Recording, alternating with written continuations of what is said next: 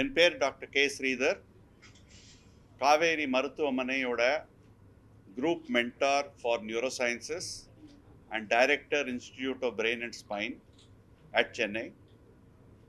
என் கூட இருக்கிறது doctor Arulmozhi, neurologist, senior consultant, doctor Subha, senior consultant neurologist, doctor Venkatraman, senior consultant neurologist.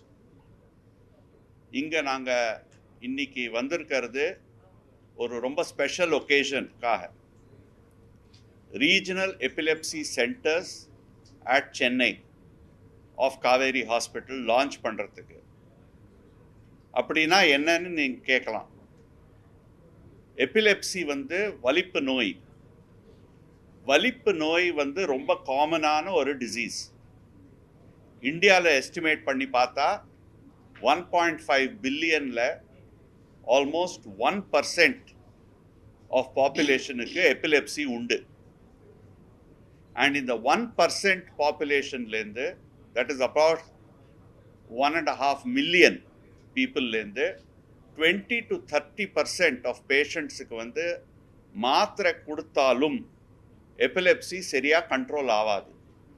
இதோட காரணங்கள் நிறையா உண்டு. பட் எபிலெப்சி சரியாக கண்ட்ரோல் ஆகாது. ஸோ என்ன ஆகுதுன்னா, ரெண்டு விஷயம் ஆகுது. ஒன்று பேஷண்ட்ஸ் சஃபர் பண்ணுறாங்க, ஏன்னா கண்டினியூடாக வலிப்பு வந்துட்டே இருக்கும்.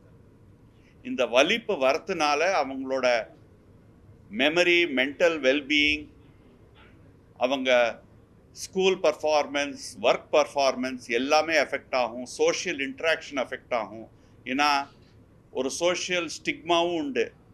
வெளியில் போனால் வலிப்பு வந்ததுன்னா என்ன பண்ணுறது? ஸோ எல்லாமே அவங்க லைஃபே அஃபெக்ட் ஆகும். பட் இதுக்கு ஒரு தீர்வு உண்டு, ஒரு கியூர் உண்டு, ஒரு பாசிபிலிட்டி ஆஃப் ஹோப் உண்டு. ஏன்னா ஒரு இன்டிகிரேட்டட் சிஸ்டம் ஆஃப் கேர், ஒரு மல்டி டிசிப்ளினரி கேர் வச்சுட்டா நம்ம எந்த பேஷண்ட்டுக்கு மாத்திரை இல்லாமல் வேறு ஏதாவது ட்ரீட்மெண்ட் பண்ணால் இது க்யூர் பண்ணலான்னு நாங்கள் பார்க்க முடியும். எபிலெப்சி சர்ஜரி ஒரு பாசிபிலிட்டி இப்போது.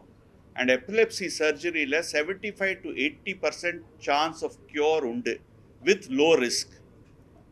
பட் இதுக்கு ஸ்பெஷலிஸ்ட் எல்லாம் சேர்ந்து பேஷண்ட்டை பார்த்து ஒரு மல்டி டிசிப்ளினரி டீம் இருந்தால் தான் இதை பண்ண முடியும். அண்ட் இது காவேரி ஹாஸ்பிட்டல் சென்னை அக்ராஸ் 3 பிரான்ச்சஸில் இருக்குது. ஸோ இதை இன்டிகிரேட் பண்ணி நாங்கள் வேலை செய்ய பார்க்குறோம். இதுதான் லான்ச் பண்ணுறோம். ஒரு காமன் ப்ரோட்டோகால், ஒரு காமன் ப்ராசஸ் வச்சுட்டு doctors across 3 hospitals every fortnight வர்ச்சுவலாக மீட் பண்ணி கேசஸை டிஸ்கஸ் பண்ணி, அவசியம் இருந்தால் நியூரோ சர்ஜனையும் இன்வால்வ் பண்ணி, we can do more for society, we can help society. Further, we want to make society aware that hope இருக்கு. எபிலெப்சி கண்டினியூஸாக வந்துட்டுதுன்னா விட்டுடக்கூடாது. எவ்வளோ சீக்கிரமோ நம்ம அதை அட்ரஸ் பண்ணுறோமோ அவ்வளோ பேஷண்ட்டுக்கு நல்லது. Earlier the better. சின்ன குழந்தைகள், நாங்கள் 1 வயசு குழந்தைகளுக்கும் நாங்கள் ஆப்ரேஷன் பண்ணியிருக்கோம். ஸோ ரொம்ப சின்ன குழந்தை பண்ணலாமாங்கிற ஒரு விஷயம் கிடையாது. எவ்வளோ சீக்கிரமாக முடியுமோ அதுக்கு கரெக்டான ட்ரீட்மெண்ட் பண்ணால் ஒரு நல்ல ரிசல்ட் கிடைக்கும். பட் எல்லாரும் சேர்ந்து வரணும். Neurologist, neurosurgeon, neuro radiology, clinical psychology, electrophysiology, neuro rehabilitation எல்லாமே சேர்ந்து வந்தால் தான் இது முடியும். அதனால தான் நாங்கள் எங்கள் ஹாஸ்பிட்டல்ஸில் இதெல்லாம் இருக்கிறதுனால எல்லாம் இன்டிகிரேட் பண்ணி அக்ராஸ் சென்னை இது பண்ணால் we think we can help the people of Chennai. Thank you.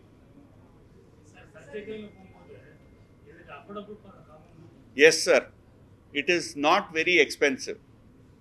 நான் சொன்ன மாதிரி எபிலெப்சி சர்ஜரிங்கிறது நிறையா வேறு சர்ஜரி விட ரொம்ப it is not so complicated. Complicated decision making. அதுக்கு தான் எல்லாரும் சேர்ந்து உட்காந்து ஒரு டெசிஷன் எடுக்கணும். பட் ஒரு தடவை டெசிஷன் எடுத்துட்டா actual surgery is not complicated or serious. So it is not expensive.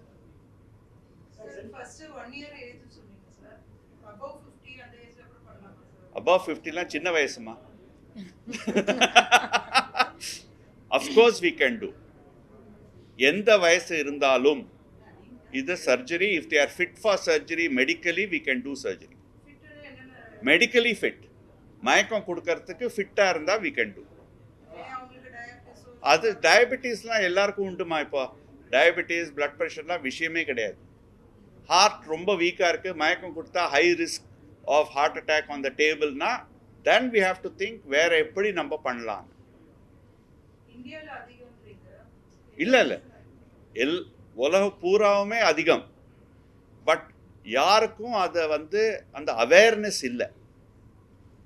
இந்தியாவில் பிரச்சனை என்னென்னா, நான் சொன்ன மாதிரி ஒரு 1.5 பில்லியனில் 20 to 30% ஆஃப் பீப்புளுக்கு எபிலெப்சி கண்ட்ரோல் ஆகாமல் இருக்குது. That means almost 1 lakh people need surgery. But annual surgery incidents எங்களுக்கு தெரிஞ்ச வரைக்கும் is only about 2000 per year across India. அப்படின்னா எவ்வளோ பேஷண்ட்ஸ் இருக்காங்க who need procedures, but it's not done because of lack of different reason, lack of awareness. அவங்களுக்கே தெரியாது இதுக்கு treatment பண்ணலான்னு பயமுறுத்திடுவாங்க சில பேர். ஐயோ ஆப்ரேஷனா, மூளையில் ஆப்ரேஷனா, ஐயோ பண்ணக்கூடாதுன்னு. ஸோ இதெல்லாம் இந்த awareness that it is safe, it can be done and there is hope. அந்த மெசேஜ் நீங்கள் கேரி பண்ணணும். யாரோ ஒருத்தர் வலிப்பு நோய் அதில் நிறைய வெரைட்டிஸ் இருக்குது. ஸோ சில சமயம் நீங்கள்லாம் சினிமாலெலாம் பார்த்துருக்க மாதிரி 2 கை 2 கால் அந்த மாதிரி வெட்டும். ஸோ அப்போ வாயிலேருந்து நுர வரும், நாக்கு கடிச்சுப்பாங்க, அவங்களையும் அறியாமல் யூரின் போயிடுவாங்க. இது காமன் ஜென்ரலைஸ் டானிக் கிளானிக் சீஜர் அப்படின்னு சொல்லுவோம்.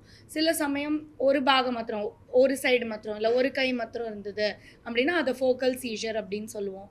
சில பேருக்கு இந்த மாதிரிலாம் ட்ராமாட்டிக்காக எதுவும் இல்லாமல் ட்ராப் அட்டாக்ஸ்ன்னு சொல்லுவோம். ஸோ டக்குன்னு மயக்கம் போட்டு கீழே விழுந்துருவாங்க. சில பேருக்கு அப்நார்மல் பிஹேவியர் இருக்கும். அந்த மாதிரி அது ஒரு வேரிடு ப்ரெசன்டேஷனாக இருக்கும். ஸோ எந்த மூளையோட எந்த இடத்துலேருந்து ஆரம்பிக்குதோ அண்ட் எப்படி அந்த அப்நார்மல் சிக்னல் பரவுதோ அது மேலே டிபெண்ட் பண்ணுறது எப்படி அதை வெளியில் காட்டும்னு. சில பேர் என்ன பண்ணுவாங்கன்னா தெரியாமல் எங்கேயோ போயிடுவாங்க.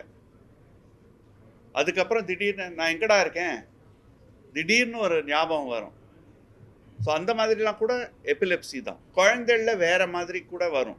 You want children symptoms. குழந்தைங்களை பொறுத்த வரைக்கும் திடீர்னு அந்த குழந்தையோட பிஹேவியர் வேற மாதிரி பிஹேவ் பண்ண ஆரம்பிப்பாங்க. திடீர்னு முறைச்சி பார்த்துக்கிட்டே இருக்கிறது, கேட்குற கேள்விக்கு பதில் சொல்லாமல் இருக்கிறது, ஒரு வித்தியாசமாக இருக்கிறது. அந்த வித்தியாசம்னு நினச்சப்பவே நம்ம பயத்தை போக்கிக்கிட்டு இது வலிப்பு தானான்னு நீங்கள் டாக்டர்கிட்ட கேட்குறதே போகும். அதை டாக்டருங்க டெஸ்ட் பண்ணி அதை முடிஞ்சால் இப்போ செல்ஃபோன் எல்லார் கையிலையும் இருக்குது, ஒரு ஸ்மார்ட் ஃபோன், அந்த வித்தியாசமாக நடக்கிறத ஒரு ரெக்கார்ட் பண்ணி இதுதான் நடந்தது அப்படின்னு டாக்டர்கிட்ட காமிச்சிட்டிங்கன்னா டாக்டர் அதை பார்த்துட்டு இது உண்மையிலேயே வலிப்பு தானாங்கிறத டெஸ்ட் பண்ணியோ அவரோட அனுபவத்தில் அதை சொல்லுவார். அந்த பயத்தை போக்கிக்கிறதுக்கு தான் இந்த கூட்டமே. அதாவது இது ஒன்றுமே பண்ண முடியாது, இது மோசமான நோய் அப்படிங்கிற தப்பான அணுகுமுறை வேண்டாம். இதை ஈஸியாக குணப்படுத்த முடியும். அது ஒரு தவறான, அதை பற்றி தான் பேசிட்டு இருக்கேன். தவறான ஒரு அணுகுமுறை, ஒரு தேவையில்லாத பயம், தப்பா, அது ஒரு தப்பான வழிக்கு நம்மளை கொண்டு போகும். இதை முழுசா குணப்படுத்த முடியும்னு நம்பி நீங்க டாக்டர் கிட்ட போனீங்கன்னா உங்களுக்கு அந்த சந்தேகத்தை தீர்த்துக்கிட்டு அவர் கரெக்டான முறையில் இதை குணப்படுத்திட்டோம்னா இந்த தப்பான எண்ணங்கள் வராது. ஆமாம். இப்போ 1 year பேபி என்ன பண்ணும்? குழந்தைகிட்ட அம்மா கூட பார்க்கும், முகத்தை பார்த்து சிரிக்கும், கொஞ்சம் உட்காரும், ஓரளவுக்கு நின்றுக்கும், அவ்வளோதான் நம்ம எதிர்பார்க்க முடியும். அப்படி நின்றுக்கிட்டு இருக்க குழந்தை, விளையாடிட்டு இருக்க குழந்தை போட்டு விளையாடுற பொம்மையை திடீர்னு கீழே போட்டுட்டு முறைச்சி பார்க்குது. இது கொஞ்சம் வித்தியாசமா இருக்கே அப்படின்னு குடும்பத்தில் இருக்க பெரியவங்க சொல்லுவாங்க. பாட்டிமார்கள் என்ன சொல்றாங்களோ அதை கவனமா கேட்டுக்குங்க. அது அந்த நடத்தையில ஏற்படக்கூடிய ஒரு வித்தியாசம். காதை விழல, அங்க சத்தம் ஜாஸ்தி. பேனிக் அட்டாக், பேராலிட்டிக் அட்டாக் மாதிரி இருக்கலாம். அந்த செய்கையில ஒரு வித்தியாசம். அந்த வித்தியாசத்தை நீங்க தெளிவுபடுத்திக்கோங்க. முக்கியமான விஷயம் வந்து இந்த வலிப்பை லவுடி மக்கள் வந்து ஸ்ட்ரோக்குன்னு சொல்றாங்க. பாதி நேரம் வந்து எனக்கு ஸ்ட்ரோக், நீங்க நம்ம போகும்போது டாக்டர் எனக்கு ஸ்ட்ரோக் வந்துருச்சு ஆனா உண்மையா அந்த ஹிஸ்டரி, அதுக்கு தான் இந்த மாதிரி ஒரு காம்ப்ரிஹென்சிவ் சென்டர் வேணும். பாதி நேரம் மக்கள் வந்து